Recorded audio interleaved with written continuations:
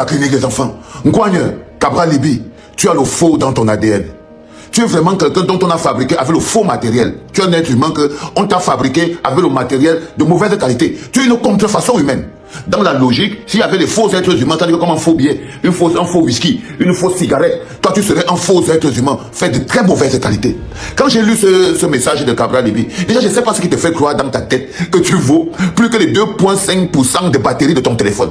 Quand Cabral écrit ceci, écoutez bien les enfants, je porte l'un des projets politiques les plus compétitifs dans cette campagne. Tu mens. Tu ne portes aucun projet compétitif de quoi que ce soit. Non, tu es la nounou d'Atangandji. Tu portes haine et détestation. Dans cette campagne, ton seul projet politique, c'est d'attaquer Issa Chiroma Bakari. Tu n'as pas un autre projet politique. Il faut te calmer. C'est ça que tu appelles le projet compétitif, le projet le plus compétitif de la campagne. Mais attaquer Issa Chiroma Bakari, attaquer Belobo Maïgari, attaquer les gens sur leur âge, c'est ça ton projet compétitif? Tu es sérieux, frérot? Tu es sérieux, frérot? Attaquer tes adversaires à l'élection présidentielle sur leur âge, les attaquer dans leur vie? Non, c'est frère, ce n'est pas un projet compétitif. Ce n'est pas un projet compétitif. Ce n'est même pas un projet. C'est une mission. C'est une mission que tu as donnée pour la Tangandji. La même mission que tu avais en 2018 sur Maurice Kamto et la même mission que tu as aujourd'hui sur la personne que pour la Tangandji va te doiter. Et apparemment pour la Tangandji, il t'a doité Issa Chiroma Bakari. Et parfois tu mords un peu les mollets à Bello. Mais je vois que comme Issa Chiroma Bakari, c'est le gars qui a un peu plus le cardio en ce moment, tu fais ton travail. Combattre l'opposant qui fait le plus peur à Paul Biya. On est à l'élection présidentielle, tu es toujours à l'élection du leader de l'opposition. On est à l'élection présidentielle. Nkouagne Cabral Libi est toujours en train de croire qu'on est à l'élection du leader de l'opposition. Il veut toujours empoisonner ses collègues opposants. Arrête de les menacer. Arrête de menacer tes collègues opposants. Tu veux les empoisonner pourquoi? Tu pourchasses les petits jeux de tuer pourquoi? Tu n'as pas un programme. Tu n'as pas un programme. Tu n'as pas une vision. Comment tu peux être sec d'émotions comme ça, mon petit? C'est-à-dire que quand vous avez dit que quand tu entres en politique comme un pion, jamais au cours du match tu ne deviendras un lion. Jamais au milieu du match, tu seras toujours le mécréant que tu es là, en train de marcher, à monter, descendre et tout, te battre comme tu peux et tout. Et ton travail principal, ta principale feuille de route, c'est de diaboliser et de combattre l'adversaire de Paul Biya le plus féroce. Là, par exemple, quand tu dis je porte l'un des projets politiques les plus compétitifs dans cette campagne, je te dis tu manques comme un arraché dedans. Tu ne portes aucun projet compétitif dans cette campagne. Le seul projet, tu ne portes même aucun projet. Tu es un missionnaire, tu es un pion dans cette campagne, une petite main de la conservation du pouvoir, dont le but est pas seulement de faire passer les jeunes pour des cons et des corrompus, parce que tu as réussi ce projet, hein. Tu as réussi à démontrer au monde entier que la jeunesse en politique, c'est la pire des choses qui pouvaient arriver. Tu as souillé même l'entrée des jeunes en politique. C'est toi qui as fermé la porte des jeunes en politique, parce qu'ils ont découvert que les jeunes en politique, c'est escroquerie, banditisme, sorcellerie et cœur sec.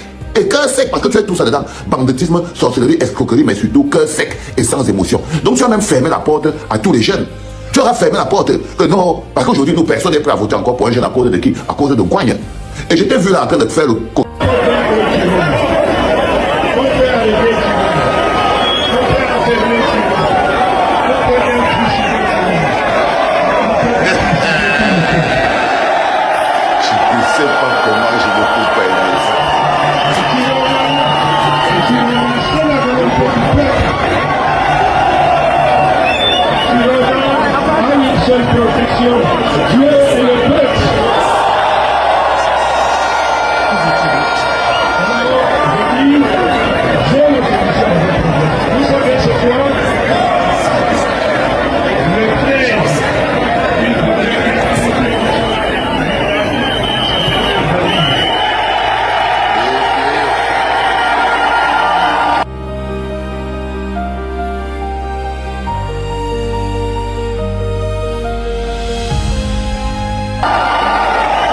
Bonjour les enfants. Oh, c'est papa.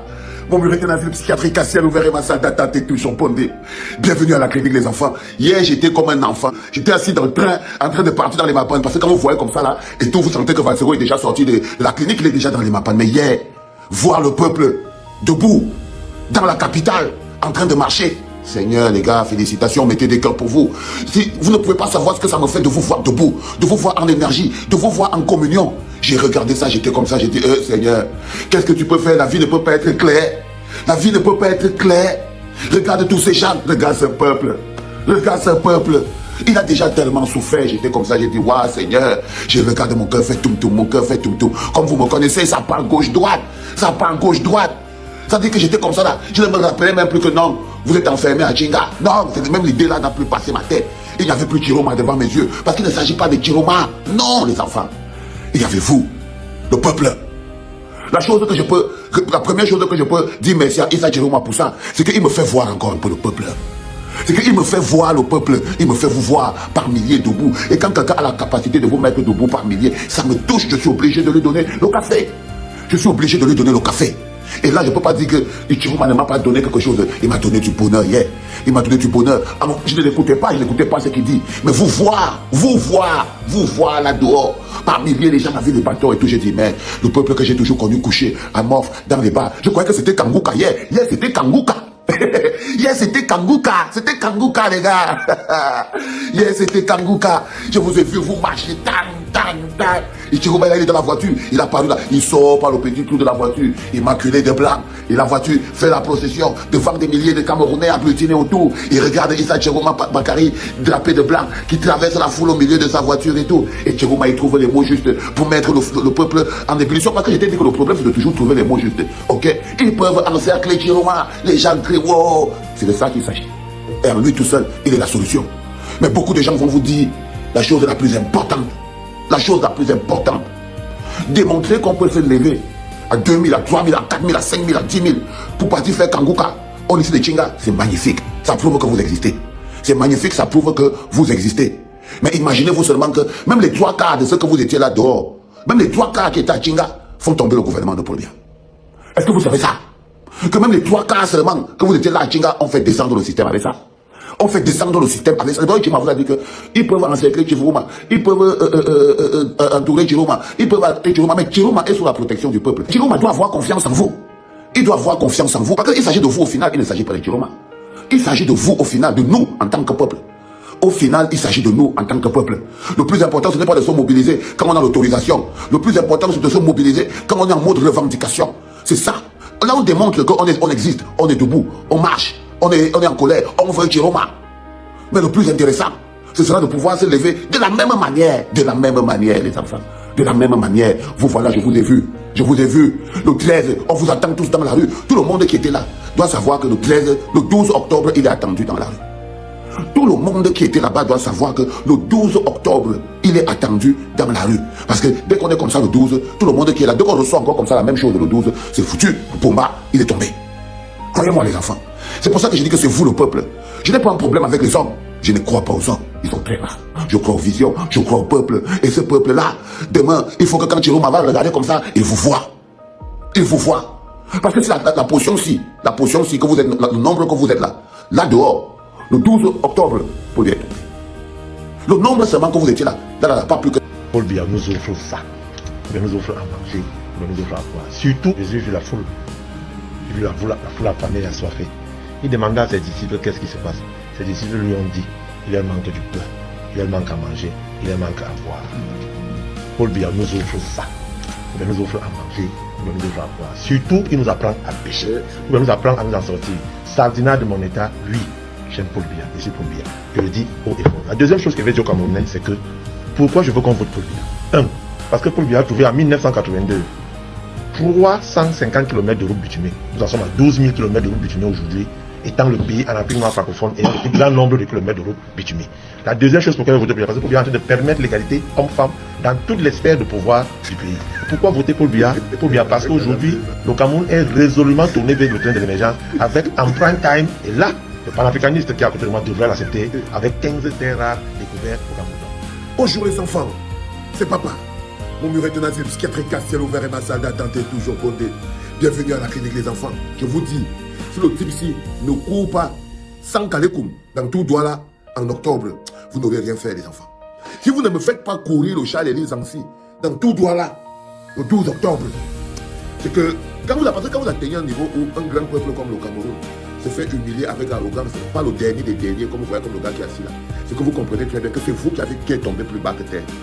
C'est-à-dire que pour que ce soit un gars comme Charles Elisa, qui a les moyens de venir se moquer de la souffrance des Camerounais, le mépris pour la souffrance des Camerounais, juste pour son intérêt personnel, et que vous êtes par exemple des victimes de Charles Elisa, je comprends que c'est vous. Alors les amis, actuellement au Cameroun, la campagne électorale est lancée. On voit un peu tous les candidats, chacun essaie de faire de son mieux, chacun essaie de faire de son meilleur pour entrer dans la tête des Camerounais, afin que le 12 octobre là, quand l'homme va arriver dans l'urne, il ne voit que le bulletin de celui-ci. Maintenant, du côté de Paul Biya, lui, cette année, il a adopté une nouvelle stratégie. C'est-à-dire que on passe à un niveau supérieur. Bon, premier niveau, les chocolats. C'est le chocolat Paul Biya. Ok. Paul Biya chocolat. On me demande souvent pourquoi je fais ça.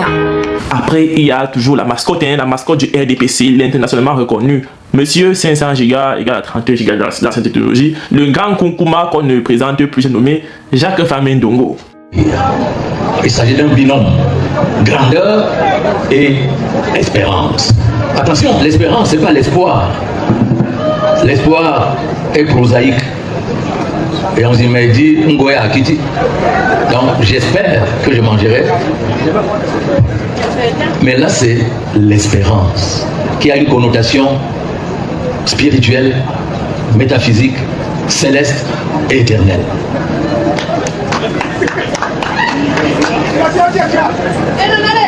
Donc, Petit frère, lui non, petit frère, c'est que le griot supérieur, c'est-à-dire, lui, quand il fait ton entrée à la cour, tu sais que non, tu as atteint le niveau divin. Ne t'amusez même pas. Du côté de Cabral Libi, lui, il a décidé de faire le tour du Cameroun.